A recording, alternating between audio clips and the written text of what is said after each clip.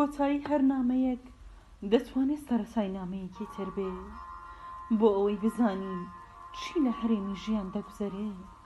لێوی ڕۆژنامەکان بمژە، دوو گوارە یاڵتونی بە دیاری بۆ رادیۆکان بنێرە، ڕۆژانە باوەش بە تیڤیەکاندا بکە. لەکوێ منداڵێک دەمرێ، من لەوێم.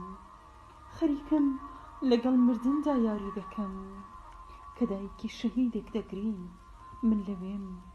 ئامێزی بووەتە نیشتیمانی هەمیشەییم.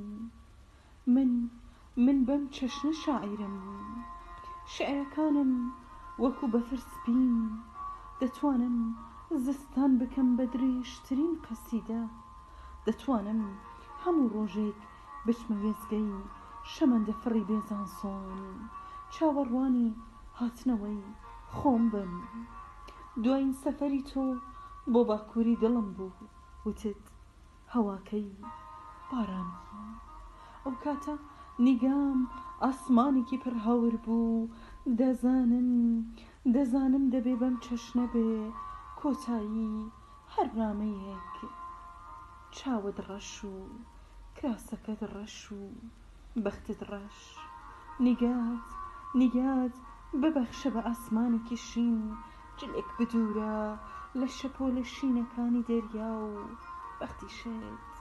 بەختیشت بسپێرە بە شێعرە شینەکانی شاعرێکی شێت. جیهان پڕ دەبێ لە ڕووناکی